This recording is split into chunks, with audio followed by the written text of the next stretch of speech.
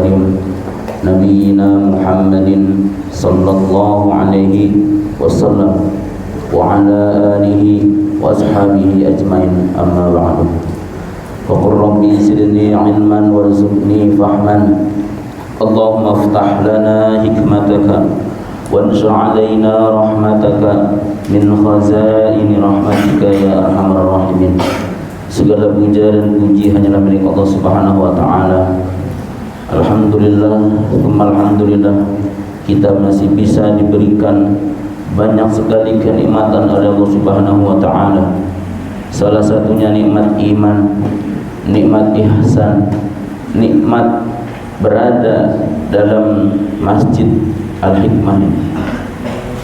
Salawat dan salam semoga Allah curah limpahkan kepada baginda kita, yakni Nabi Muhammad sallallahu alaihi wasallam, pada para sahabatnya, tabi'in atau tabi'in, dan kepada siapapun yang berpegang teguh terhadap sunnahnya, kepada siapapun yang yakin akan sunnahnya, dan kepada siapapun yang menjalankan sunnahnya hingga hari kelak.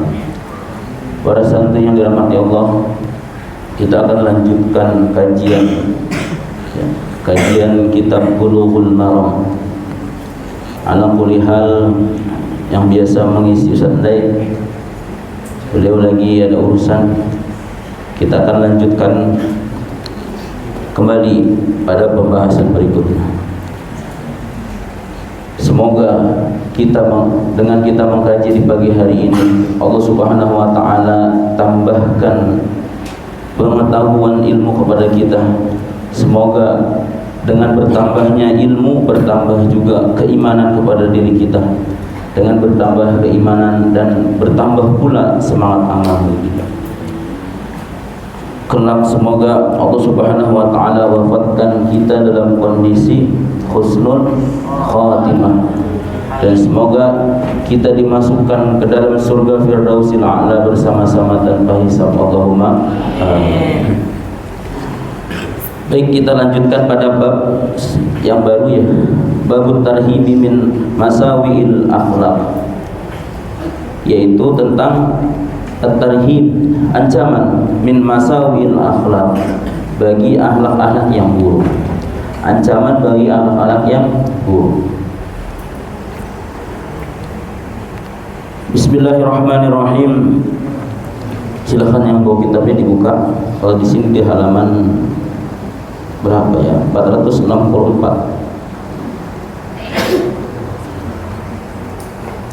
Silakan Ustaz baca, nanti antum ikuti terlebih dahulu, ya.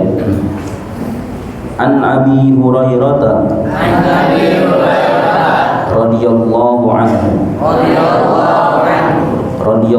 anhu qala qala Rasulullah sallallahu alaihi wasallam iyyakum wal hasada fa innal hasada yaqulul hasanati kama ta'kulun narul hatabi. Hafal? Coba kita ulangi sekali lagi. Iyyakum wal hasada fa innal hasada ya'kulul hasanati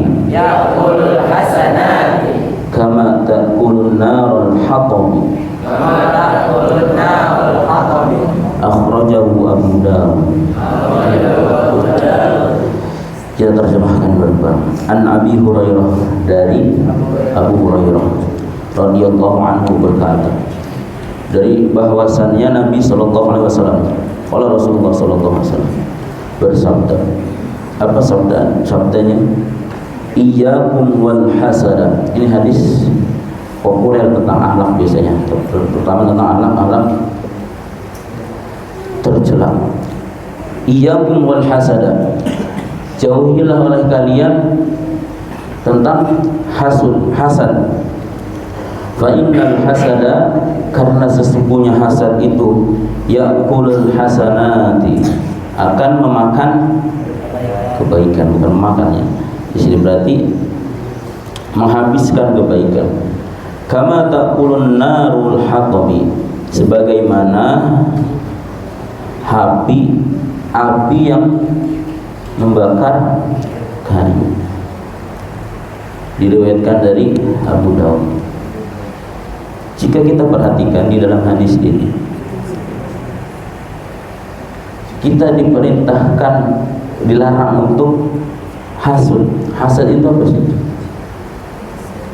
Hasad atau dengki, ketika kita melihat seseorang diberikan kebaikan oleh Allah Subhanahu wa taala, timbul rasa iri, timbul rasa dengki kepada orang yang telah diberikan kebaikan tersebut, dan ingin ada rasanya menghancurkannya, ingin ada rasa untuk melenyapkannya.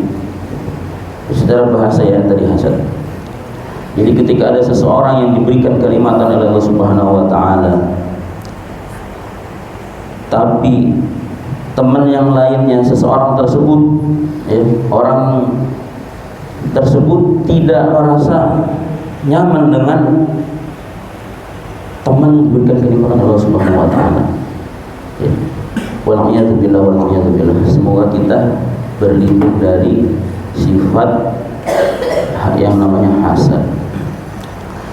Karena sifat hasad tadi, fa innal hasada ya'kul hasan, akan menghabiskan kebaikan-kebaikan kita. Jadi yang diperhatikan adalah orang lain, bukan diri kita. Yang diperhatikan adalah sibuknya memperhatikan kebaikan-kebaikan orang lain, tapi kebaikan diri kita masih sedikit yang kita lakukan. Fokus kebaikan dengan diri kita, dan bersama-sama kita berfastabiqul khairat. Bersama-sama kita melakukan berlomba-lomba dalam kebaikan. Karena tadi perbuatan hasad itu akan, kebaikan-kebaikan yang kita lakukan sedikit demi sedikit akan hancur, akan hilang dengan sifat hasad tersebut.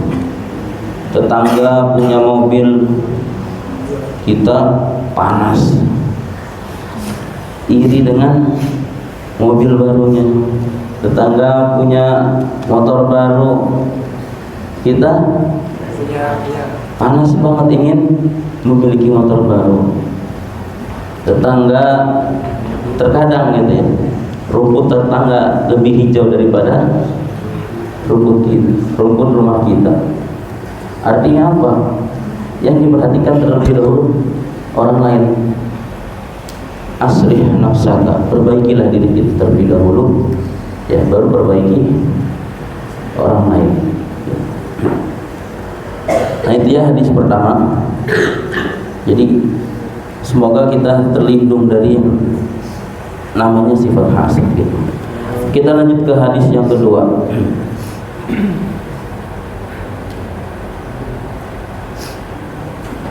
Bismillahirrahmanirrahim. Wa an Abi Hurairah radhiyallahu anhu qala qala Rasulullah sallallahu alaihi wasallam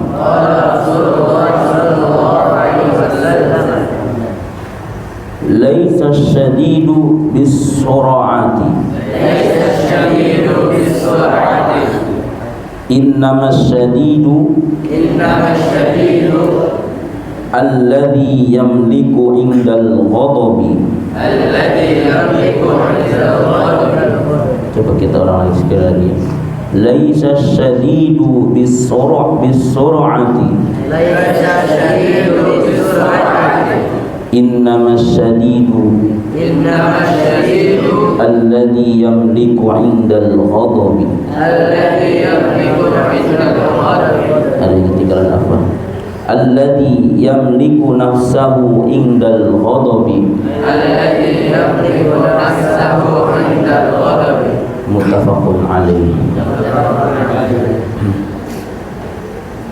An Abi Hurairah radhiyallahu anhu qala, dari Abu Hurairah radhiyallahu anhu berkata, Qala Rasulullah sallallahu alaihi wasallam, Rasulullah sallallahu alaihi wasallam bersabda, "Laisa syadidu bis-sur'ati." Orang yang kuat itu bukanlah orang yang bis-sur'ah, yang pandai dalam berbulat. Innamas syadidu alladhi yamliku nafsahu indal ghadabi. Namun orang yang kuat itu adalah orang yang mampu menguasai dirinya ketika dia dalam kondisi marah. Ini hadis diriwayatkan dari muttafaqun alaih Imam Bukhari dan Muslim. Nah, as-syadid tadi dimaknakan di sini adalah kuat itu secara fisik ya. Jadi dikit-dikit ketika disenggol oleh temannya langsung aja, ayo bulat sama saya sih. Padahal baru disenggol dikit ya. Orang tidak tahu dia menyenggol temannya itu pengen diajak makan bakso gitu. Orang disentil dengan sedikitnya pengen diajak makan bareng gitu ya. Tapi dia karena berbeda persepsi, berbeda pandangan, akhirnya marah gitu ya. Langsung aja bulat kita orang itu bilang ya, inna masyadidu, sungguhnya orang yang paling kuat itu bukan yang tadi kuat dikit-dikit, sedikit-dikit langsung aja bulat, dikit-dikit langsung berantem, dikit-dikit langsung lonjok, dikit-dikit langsung. Tapi orang yang kuat tadi apa? Yang mampu menahan dirinya dari amarah, yang mampu menahan amarah. Tatkala dia marah tidak terbawa dengan emosi. Tatkala dia marah tidak sampai dengan adu fisik, adu jotos gitu ya. Karena sejatinya orang yang kuat tadi orang yang senantiasa menahan amarah. Jadi berbahagialah bagi orang yang tidak pernah marah dalam kehidupannya. Berbahagialah bagi orang yang tidak pernah marah dalam kehidupan. La taghdab wa la tahzan. Janganlah kalian marah. Ya. Walakal jannah, bagimu akan surga. Nah, itu hadis kedua ya. Jadi kita cukup tadi 3 hadis aja, nggak usah terlalu banyak. Jadi intinya dari hadis-hadis yang telah kita sampaikan, hadis-hadis yang disampaikan, kuncinya satu, yaitu diamalkan, dihafal dan diamalkan. Jadi kalau kita hanya sebatas hafal, iyyakum wal hasada fa inal hasada ya taqulun hasanat, itu hanya sebatas hafalan saja. Tapi satu hadis dihafalkan, dipahami dengan baik dan diamalkan, itu lebih dahsyat dibanding kita banyak hafal beberapa hadis ya. Oke. Baik ya, coba kita ulangi sekali lagi. An Abi Hurairah radhiyallahu anhu. An Abi Hurairah radhiyallahu anhu. Qala Rasulullah sallallahu alaihi wasallam. Laisa syadidu bis-sur'ati. Innama syadidu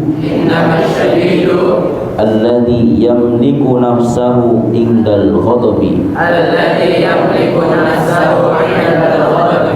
Hafal? Cukup gitu. Terakhir satu lagi hadis.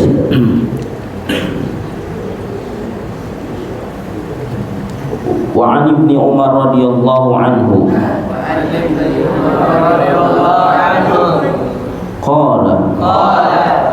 Qala Rasulullah sallallahu alaihi wasallam.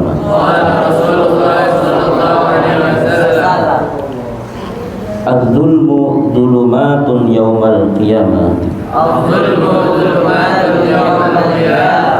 Muttafaqun alaih. Ya, coba ulangi. Adz-dzulmu dzulumatun yaumal qiyamah.